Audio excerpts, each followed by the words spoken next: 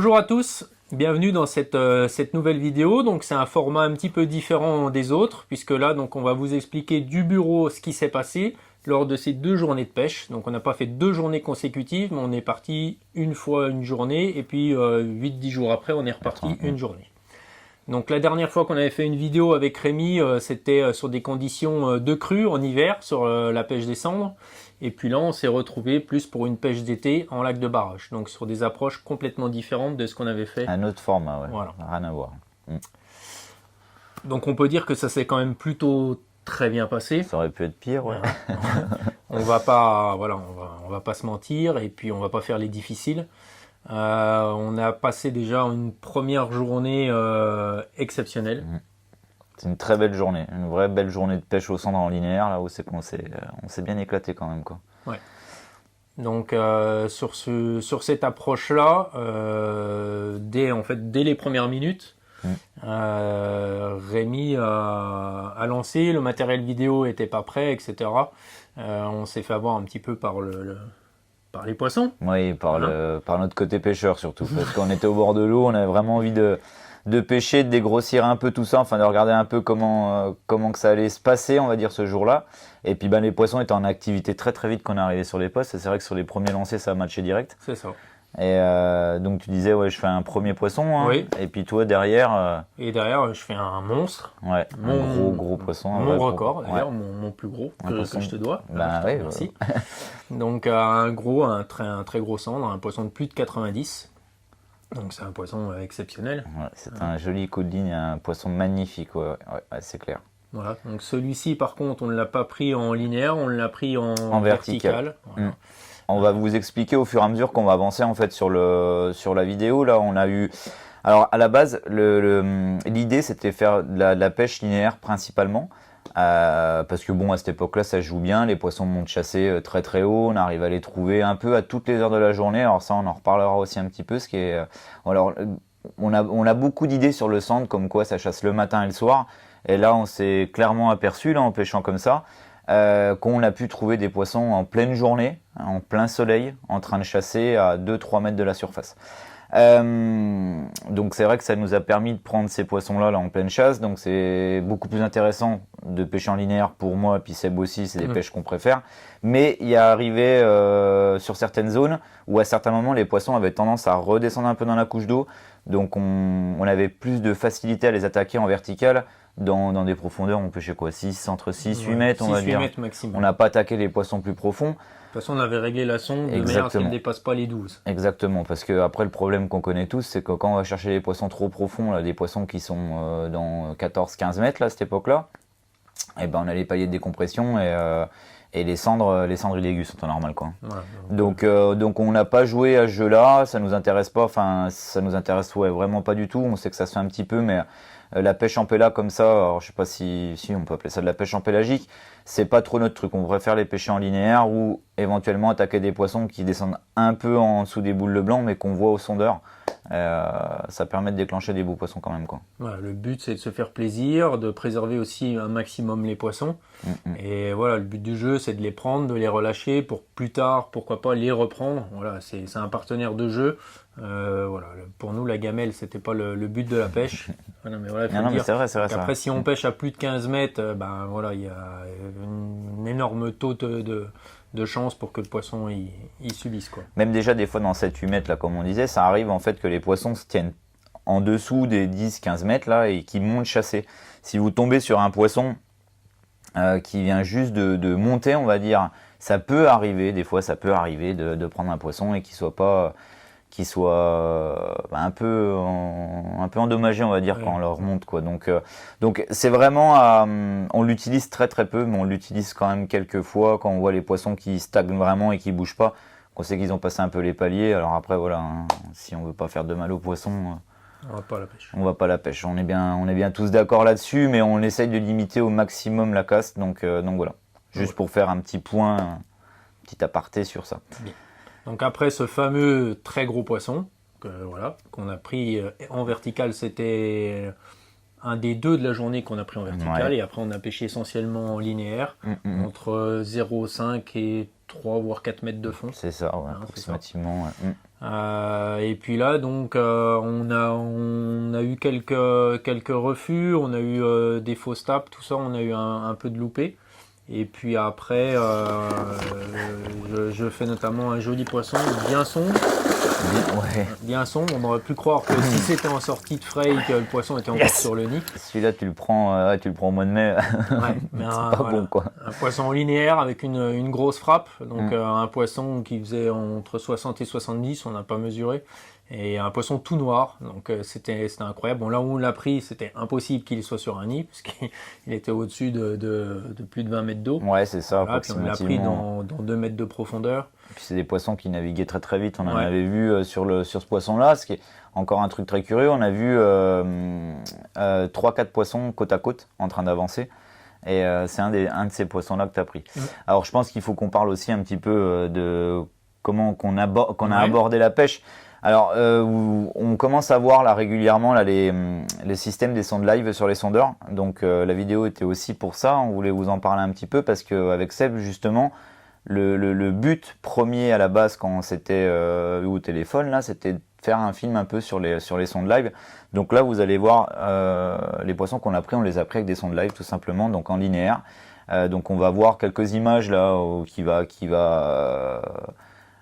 agrémenter un peu tout ce qu'on dit sur les refus des poissons, le positionnement un peu, donc on va vous expliquer ça au fur et à mesure.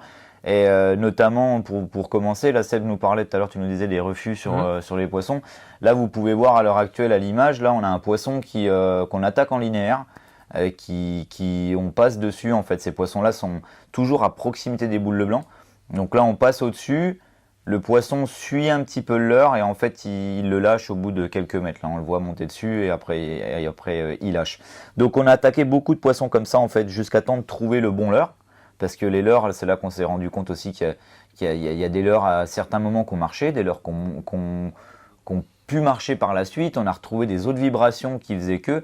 Et donc c'est ça qui est super intéressant et que avec ces sondes live là ça permet de tirer des vraies conclusions. Ouais, alors il y a rien d'acquis à la pêche, hein, faut se remettre en question constamment, mais à un moment donné là, à l'instant T là sur les poissons, sur des périodes d'une demi-heure là, des périodes très courtes où ils montaient chasser, en dégrossissant assez vite, on arrivait à trouver les choses qui matchaient vraiment comme il faut, quoi. C'est ça. Donc là, par contre, donc ce fameux poisson noir, donc on l'a pris avec un hypothèse. Tout à fait. Voilà. Ouais, je dois 15 en avoir cm. Si ouais, c'est un 15 cm. Il existe plusieurs tailles, mais on l'a pêché principalement avec les 15. Parce que bon, c'est une taille qui est assez sympa, je trouve, pour pêcher le sand. Donc voilà. Hypothèse 15 cm. Donc celui-là sur le coloris smelt, tu l'avais pris ce poisson. Ouais. Donc un coloris translucide, l'eau est très claire où on était, il y avait du soleil. Donc coloris translucide là marchait vraiment bien à ce moment-là. Donc l'avantage de l'hypothèse qu'on va avoir par rapport aux autres leurres qu'on a à la gamme nous chez Westin, c'est qu'en fait on a un leurre qui a pas de rolling mais qui va avoir un battement de queue de gauche à droite en fait, qui va déplacer de l'eau juste comme ça. On va pas avoir ce système de rolling qu'on a un peu sur les chats de tease là avec la queue qui va tendance à plus tourner. Donc ça nage beaucoup plus serré, ça pousse moins d'eau, mais on a vu clairement que les poissons, même s'ils chassaient, on les faisait pas bouger sur n'importe quelle leurre. Et plus on mettait de vibrations et ben en fait ils étaient intéressés une fraction de seconde et après ils partaient directement, ils sortaient de la sonde. Donc on a réussi à prendre des poissons pas mal avec ce leurre là. On l'a pris principalement avec ça. Et puis c'était le coloris et la vibration. Ouais, la vibration qui marchait. Alors en version. Là, on le montait avec une tête à visser. Ouais, tout à fait. Alors ça oui, ça t'as bien fait d'en parler. On les monte avec une tête à visser en fait, donc tout dépend dans la profondeur à laquelle on va pêcher. En 5 grammes, 7 grammes et demi ou 10 grammes, on a pêché beaucoup en 5 grammes le jour-là, les poissons étaient relativement hauts.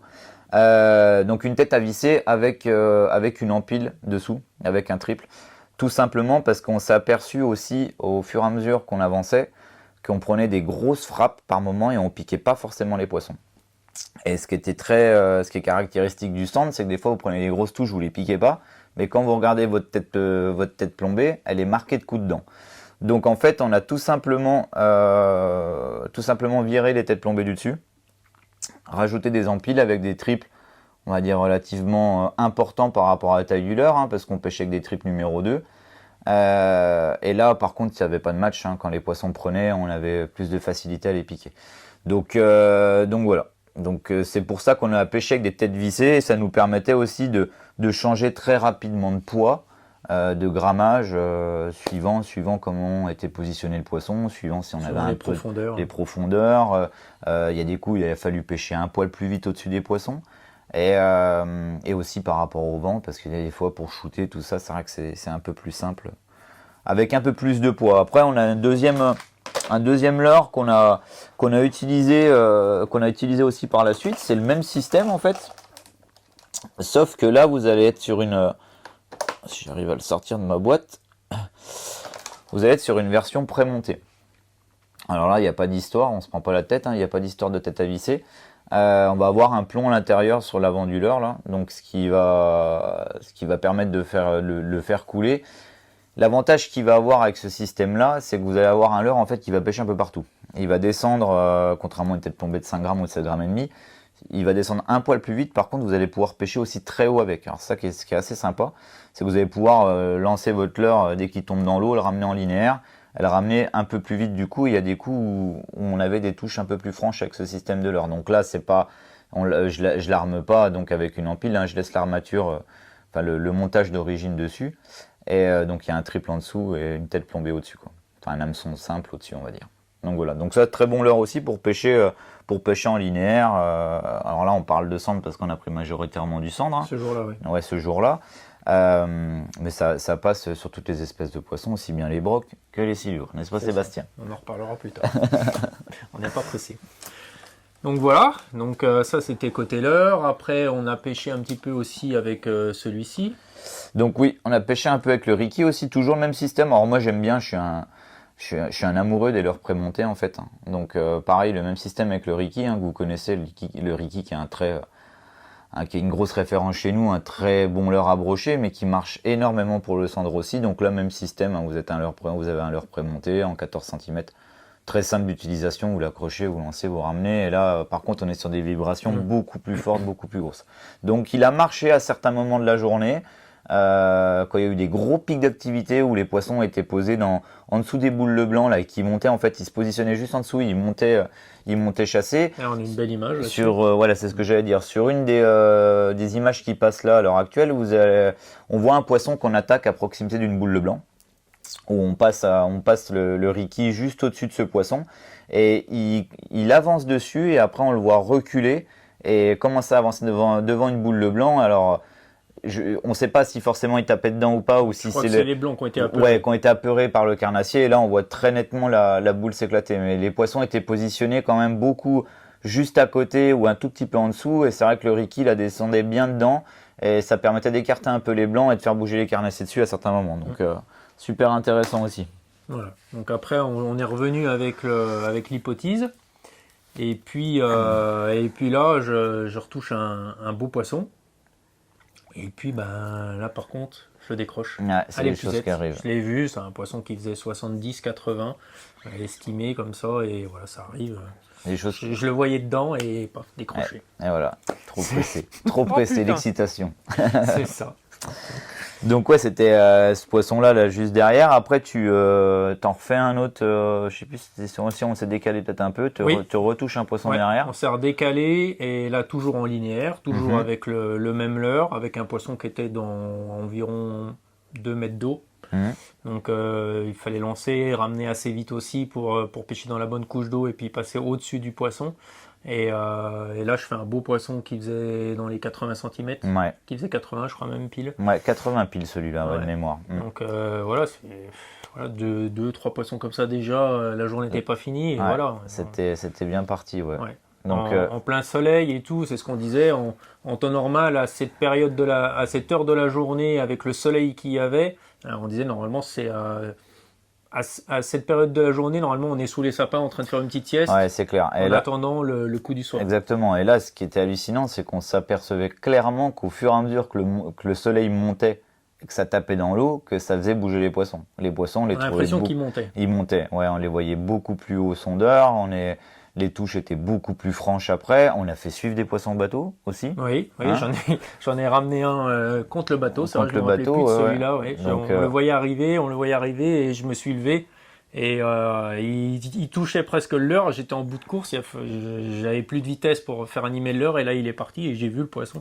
C'était incroyable. Pour les pêcheurs de sandre qui regardent cette vidéo, des suivis de sandre quand même comme ça, on n'en a pas tous les jours, quoi. Et là, c'est vrai que là, on voyait clairement qu'il se passait un truc et que les poissons bougeaient vraiment et qu'en plus, ils n'avaient pas peur. Et on Quoi. a eu vraiment... l'autre qui a suivi, qui a tapé dans le... Exactement, ouais. Non, mais il nous est arrivé, c'était quand même assez exceptionnel cet après-midi. On avait bien laissé rigolé. la canne verticale pendant un moment, on l'avait laissé sur le bord du bateau et le leurre il pendait à à peine 1 mètre sous la surface, donc il était juste sous la coque.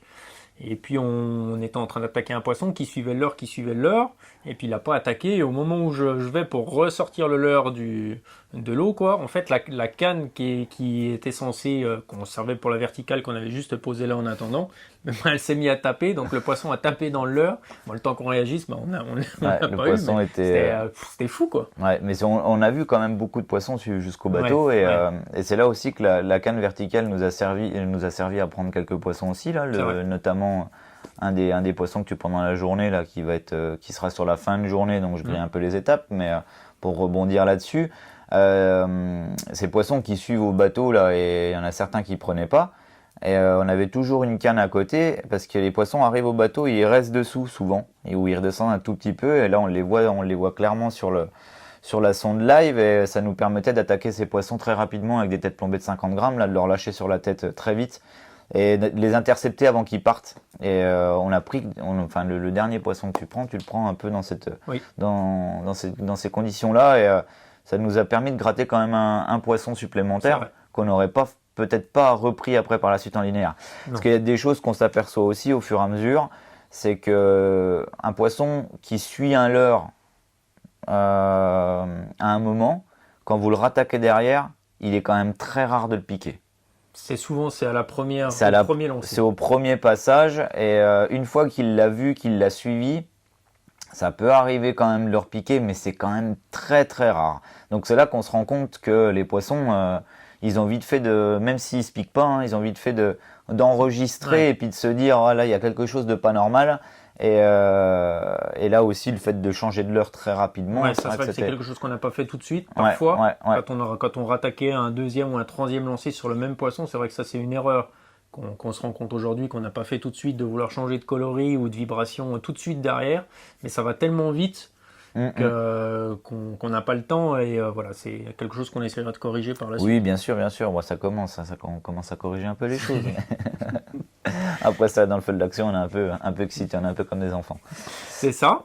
Et puis toi, après, tu as pêché aussi un petit peu, tu as lancé tout ça, et puis tu as réussi à faire aussi un très joli poisson. Un poisson d'un peu plus de 80 aussi, pareil, en linéaire. Donc là, un peu...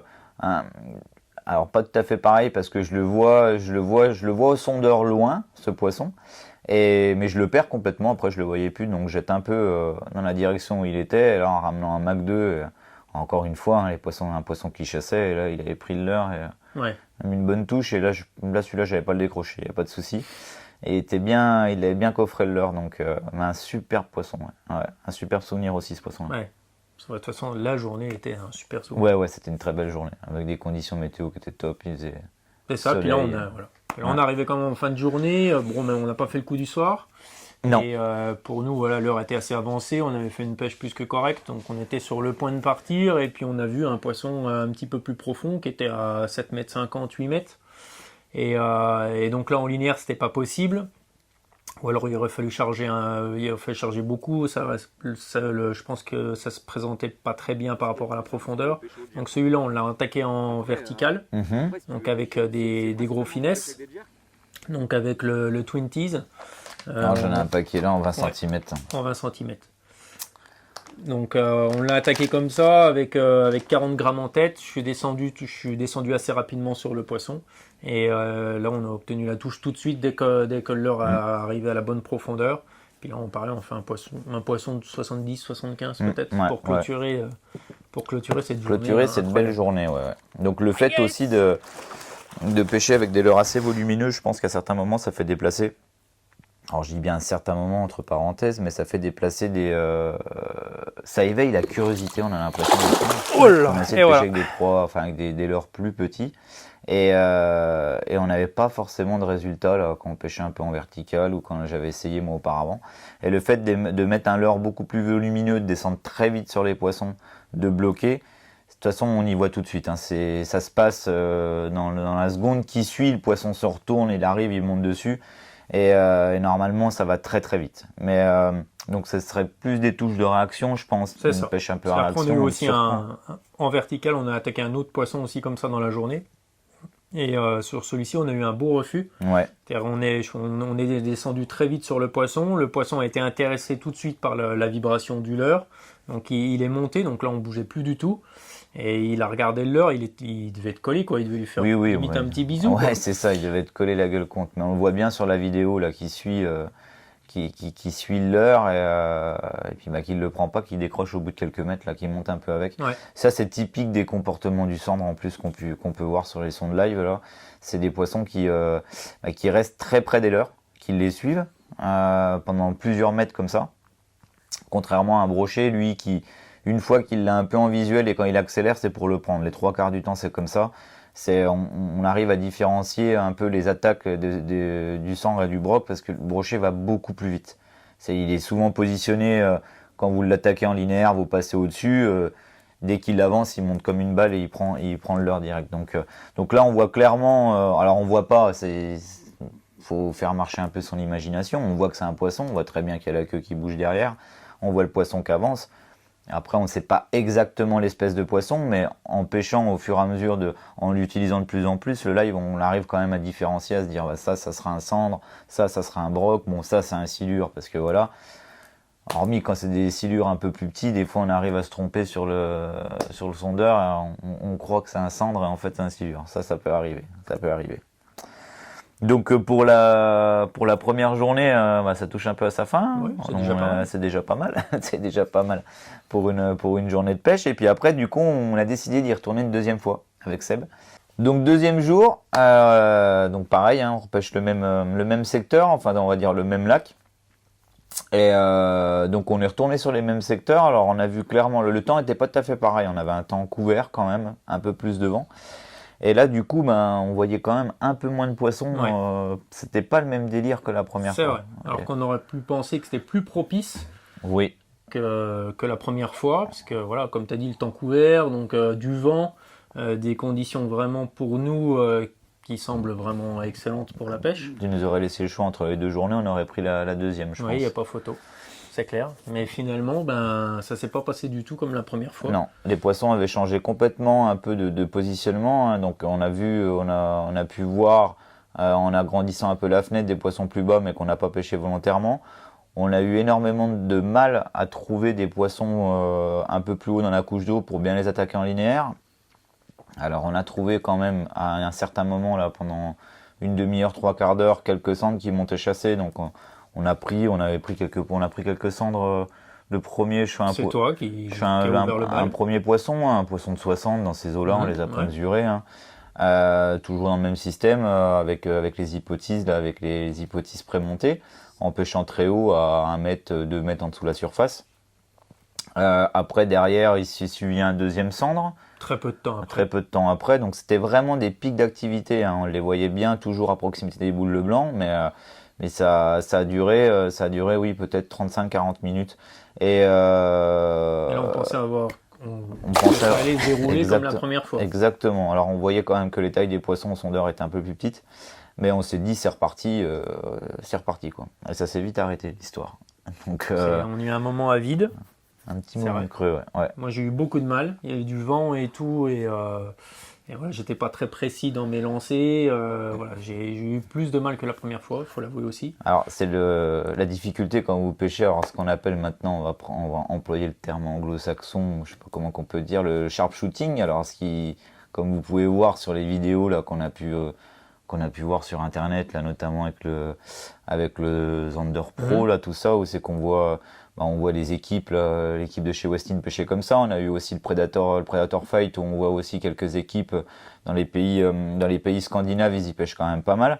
Donc c'est le problème qu'il y a avec cette technique, c'est dès que tu as du vent. Alors déjà tout seul c'est compliqué, c'est même quasiment impossible à certains moments.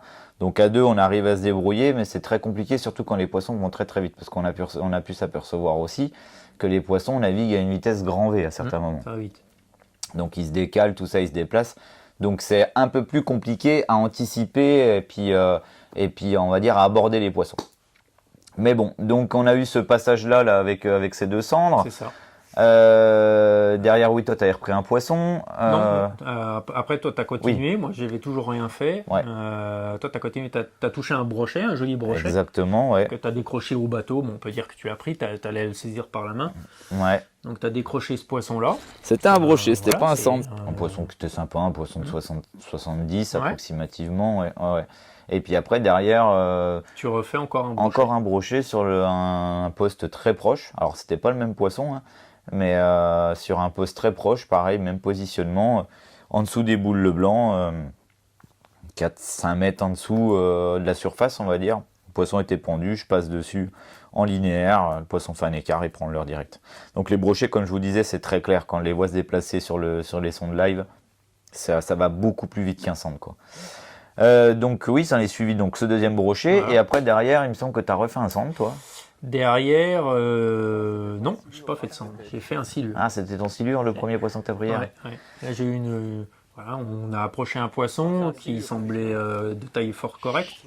Donc, au premier lancer en linéaire, je déclenche la touche, il me fait une grosse frappe, tout ça, combat. La canne pliée en deux. Rémi me dit fais gaffe, c'est un très gros sandre. Je ne suis pas un énorme spécialiste comme Rémi, mais quand même. C'était pour lui mettre la pression. Et voilà, la canne était vraiment pliée, j'avais du mal à remonter le poisson, ça tentait quand même à redescendre, je pense pas quand même.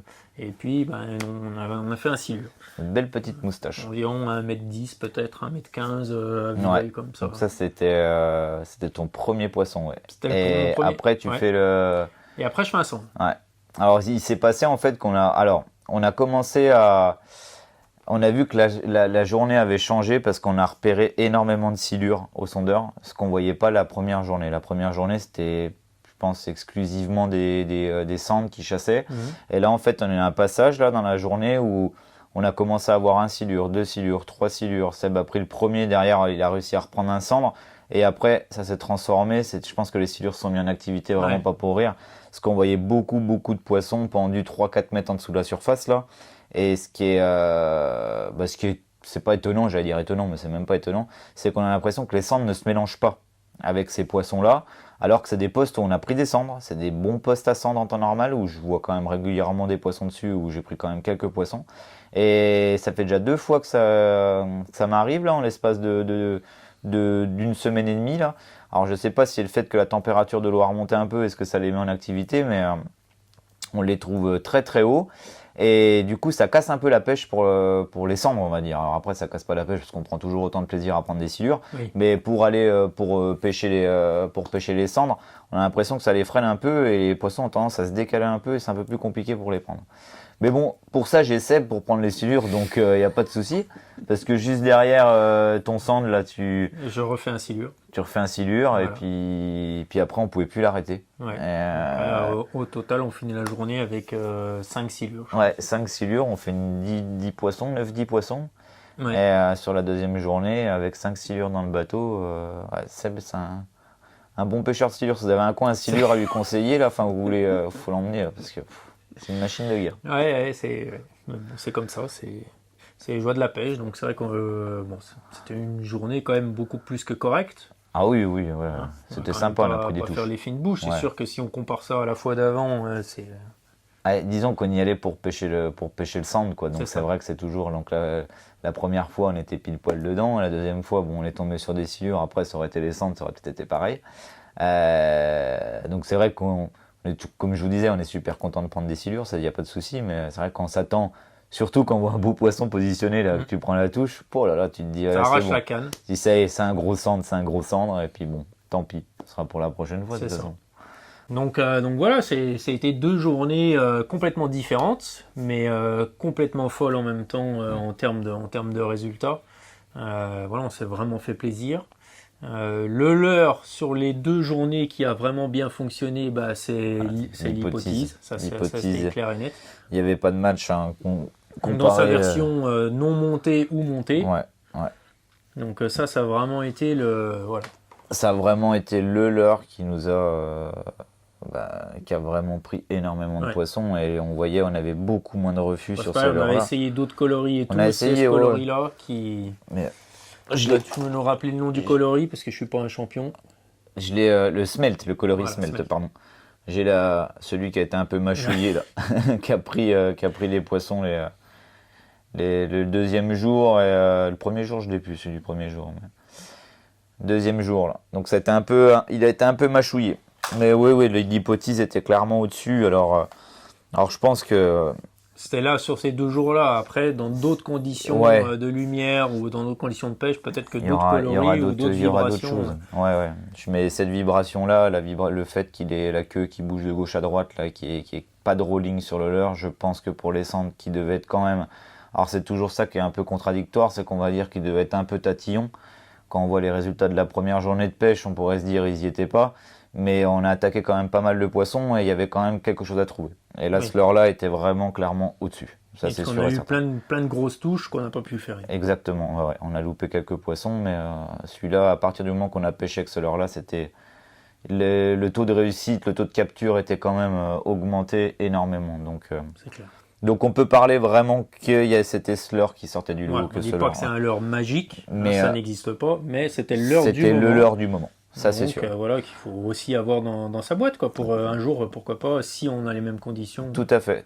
Mais je pense qu'on y repêchera de plus en plus, là, parce que sur les secteurs un peu pêchés, là, les poissons qui sont un peu durs, l'hypothèse, ça fera sûrement la diff. Donc voilà. Donc nous, il nous reste plus qu'à vous souhaiter, en espérant que vous ayez aimé ce qu'on vous a fait voir. C'est à votre tour de jouer. Nous, on va refaire d'autres vidéos. On va creuser un peu plus sur le... On est en train de réfléchir sur une nouvelle destination. Et puis voilà, si vous souhaitez acheter les produits qu'on a utilisés chez Westin, vous pouvez les retrouver notamment au magasin et sur notre site instinctpêche.fr. N'oubliez pas aussi, si ça vous plaît, de vous abonner à notre chaîne YouTube. Et puis aussi, le plus important, les gars, n'oubliez pas, pour prendre des poissons, il faut aller à la pêche.